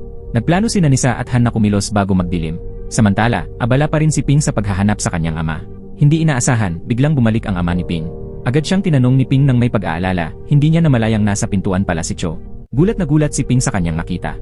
Lumabas na si Officer Liu ang naghatid sa ama ni Ping sa bahay ni Cho ayon sa kahilingan ng ama. Pagkatapos noon, isinalaysay ng ama ni Ping ang buong katotohanan tungkol sa kaso sa butika noong nakaraang 5 taon. Siyempre, kasama rin dito ang tunay na pagkatao ni Ping at Pong. Sa kasalukuyan, pinayuhan ni Cho si Ping na itigil na ang paghihiganti at ipaubaya na lamang ito sa mga pulis. Mariin ring hinimok ng ama ni Ping si Ping na kalimutan na ang put. Wala na siyang pinagkaiba kay Nisa noon. Kung patuloy pa rin si Ping sa paghihiganti, huwag na raw siyang asahang makikita pa nitong muli ang kanyang ama. Upang hindi masira ang plano, napilitan si Ping na pansamantalang sumunod sa kagustuhan ng ama. Pagsapit ng dapit hapon, sinimulan na ni Nisa ang kanilang dalaw. Pinilit ni Nisa at Han si Faye na uminom ng pampatulog. Napansin ni Binamtip na may kakaiba at sinubukang tumakas, ngunit nawalan din siya ng malay matapos siyang saktan ni Han. Nang isakay na sa kotse sina Binamtip at Faye para umalis, sakto namang bumalik ang pinsan ni Faye at nakita ang buong eksena. Wala nang nagawa si Nisa kundi lokohin ang pinsan ni Faye na sumama sa kanila sa sasakyan. Pagkasakay nila, napansin ng pinsan ni Faye na may dugo sa mukha ni Binamtip. Sa sandaling yon, inabot ni Faye ang isang cellphone sa kanyang pinsan. Hindi inaasahan, nakita ito ni Nisa. Naramdaman ng pinsan ni Faye ang panganib kaya agad siyang tumakbo. Ngunit sa halip na makalabas, tumakbo siya papasok sa bahay. Matapos ang ilang sandali ng taguan at habulan, naabutan din siya ni Nisa sa balkonahe sa 2nd palapag. Sa kabutihang palad, naging matapang ang pinsan ni Faye at tumalon mula sa 2nd palapag upang makatakas sa panganib. Bagamat alam ni Nisa na maaaring makasama sa kanya ang laman ng cellphone, mas mahalaga sa kanya na tapusin agad ang usapan kay Binamtip at Faye. Kaya ipinagpatuloy ni Nisa ang pagmamaneho papunta sa lugar na napagkasunduan nila ni Santi. Pagkatapos magkita, hindi na nagsayang ng oras si Santi at agad niyang inutusan ang mga tauhan niya na gawin ang mga kailangang gawin. Ipinuwesto ni Nisa at Han sina Binamtip at ang anak nito sa upuang driver at pasahero. Hindi kalayuan, nakamasid sina Ping at Pong sa buong pangyayari. Sa mga oras na yon, inutusan na ni Santi ang mga tauhan niya na tapusin ang natitirang gawain. Bumalik siya sa kotse at naghintay. Subalit, hindi niya inaasahan ang kakayahan ni Nisa. Ang tauhan ni Santi na nagtangkang barilin si Nisa ay naunahan at napatay ni Nisa. Ngayon, alam na ni Nisa na nais din pala siyang patayin ni Santi, pati na rin si Han. Kaya't agad silang nagtago sa likod ng sasakyan upang pagmasdan ang kilos ni Santi. Kasabay nito, biglang nagkamalay si Binamtip. Bumaba siya ng sasakyan at pinulot ang isang pamalong nasa lupa. Ginamit niya ito upang hampasin si Han. Nakita ito ni Nisa at agad siyang nagtangkang barilin si Binamtip. Ngunit mabilis na naipalo ni Binamtip ang baril at nalaglag ito. Kaagad niyang pinulot ang baril. Habang nag-agawan sina Binamtip at Nisa sa baril, biglang tumakbo si Santi dala ang kanyang baril upang patayin si Binamtip. Nakita ito ni Han kaya't niyakap niya ang binti ni Santi upang protektahan si Nisa. Hindi inaasahan, walang awang binaril si Han ni Santi. Agad na tinutok ni Santi ang baril kay Nisa. Ngunit mabilis na ginamit ni Nisa si Binamtip bilang panangga. Takot na takot si Nisa at agad pinulot ang baril sa lupa. Pagkaputok ni Santi ng bala kay Nisa, sabay din siyang binaril ni Nisa. Sa parehong sandali, narinig ni Faye ang tinig ng ina niyang naghihingalo at buong lakas niyang pinilit gumapang papunta rito. Nakita ito ni Ping at Pong kaya't lumabas na rin sila. Hindi pa rin mawari ni Nisa kung bakit naroon si Ping. Ngunit si Faye ay mahina nang nagsusumamo kay Ping na huwag siyang saktan. Doon lamang natuklasan ni Nisa ang buong katotohanan na si Ping pala ang dati niyang boss na mataba na may timbang na 90 kilo. Paulit-ulit humingi ng tawad si Nisa, umaasang mapapatawad siya ni Ping. Nangako si Han na isasauli lahat ng ari-arian ni Ping, pero hindi na naniwala si Ping sa mga kasinungalingan nila. Ayaw na ni Ping makinig sa mga palusot ni Nanisa at Han. Kaya't agad kumilos si Pong. Tinulak niya si Nanisa at Han papunta sa upuang driver at pasahero. Layunin nitong palabasing pinili ni Nanisa at Han na ihiwalay ang sarili sa mundo. Sa mga sandaling iyon, palihim na itinutok ni Santi ang kanyang baril kay Ping. Biglang umalingaw-ngaw ang dalawang putok ng baril. Bumagsak si Santi at hindi na gumalaw. Lumabas na si Officer Liu ang bumaril. Bago pa man ang lahat, nakapagtanim na si Officer Liu ng wiretap sa opisina ni Santi. Dahil dito, narinig ni Officer Liu ang plano ni Nisa na takasan ang parusa. Maya-maya, natunto ni Officer Liu ang lugar gamit ang GPS ng sasakyan ni Santi. Gusto sanang payuhan ni Cho si Ping na huwag nang gumawa ng kalokohan. Ngunit sa hindi inaasahang pangyayari, binunot ni Ping ang baril at tinutukan si Cho, sabay bantang huwag lumapit. Agad na tinutok ni Officer Liu ang baril kay Ping at binalaan siyang labag sa batas ang ginagawa niya. Sa hindi inaasahan, biglang pinaandar ni Nisa ang kotse. Hindi niya pinansin ang sitwasyon at pinaatras ang sasakyan palapit kay Ping. Dahil dito, nasagasaan ni Nisa si Faye. Sa sobrang takot, napatigil lang si Ping at hindi nakagalaw. Agad namang tumakbo si Cho para iligtas si Ping, ngunit nabangga rin siya ng kotse. Sa oras ding yon, narinig mula sa malayo ang sirena ng mga pulis. Kinuha ni Pong ang baril ni Officer Liu at mabilis na hinila si Ping palayo. Kinabukasan, hindi pa rin nagkamalay si Cho. Naglabas ng malawakang wanted bulletin ang pulisya para kina Ping at Nisa. Samantala, si Faye, matapos masagasaan, ay hindi na rin nagtagal at binawian ng buhay. Ibinigay ng pinsan ni Faye ang cellphone ni Faye kay Officer Liu. May laman itong video kung saan inamin ni Faye ang lahat ng kasalanan niyang ginawa. Kasabay nito, humingi rin siya ng tawad kay Ping. Doon tuluyang nagwakas ang buhay ng traitor na si Faye. Pumanaw siyang bukas ang mga mata, may luha sa pisngi ng pagsisising huli na. Pero sino ba ang dapat sisihin ni Faye?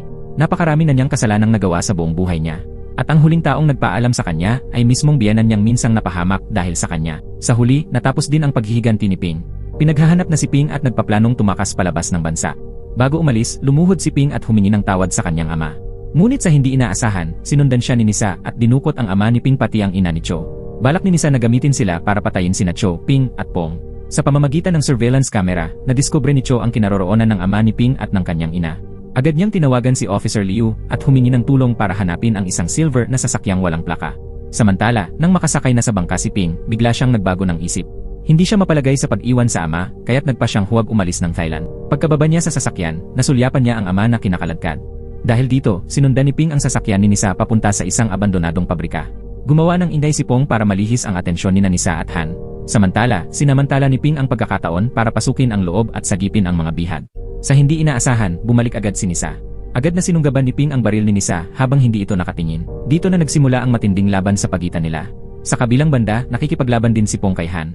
Nang malagay sa panganib si Pong, sa kabutihang palad ay dumating si Officer Liu sa tamang oras at nagpaputok ng baril. Sa takot, agad tumakbo si Han papalayo. Pagkatapos matanggap ang ulat ni Han, inutusan siya ni Nisa na ilayo muna ang ama ni Ping. Nang papatayin na ni Nisa si Ping, biglang binato ni Cho ang baril mula sa kamay ni Nisa. Nang makita ni Nisa na papalapit na ang mga pulis, agad siyang tumakas. Ang ama ni Ping ay tila naging sitang monk mula sa Journey to the West, patuloy niyang pinayuhan sina Nisa at Han na bumalik sa tamang landas. Galit na galit si Han at paulit-ulit na binugbog ang ama ni Ping. Sa kasamaang palad, bumangga ang ama ni Ping sa control panel ng isang makina. Dahil dito, isang hook ang bumagsak mula sa itaas at tumama kay Han. Sa sobrang sakit, hindi na nakagalaw si Han. Sa nasaksihang tagpo, natakot si Nisa at agad na tumakbo. Habang tumatakas siya, hinabol naman siya ni Ping. Samantala, isang bakal ang nahulog mula sa itaas at tumama rin kay Han. Ang pagbagsak nito ang tuluyang pumatay kay Han. Sa wakas, nakalaya na rin siya sa lahat ng paghihirap. Pagkatapos nito, ipinagkatiwala ni Ping ang kanyang ama kay Cho. Pagkatapos, nagpatuloy si Ping sa paghahabol kay Nisa. Nang magkita sila, pinayuhan ni Ping si Nisa na sumuko na lang. Ngunit mariing tumanggi si Nisa. Dahil dito, muling naglaban sina Nisa at Ping. Sa hindi inaasahang pagkakataon, nadulas si Nisa at nahulog. Hindi alam kung gaano kainit ang tubig sa tangke sa ibaba. Ngunit narinig ang ilang sigaw mula kay Nisa at pagkatapos ay tuluyang tumahimik. Sa wakas, nagkatotoo ang kasabihang masama ang pwedeng gantihan ng masama. Matapos ang lahat, kusang sumuko sina Ping at Pong sa mga otoridad.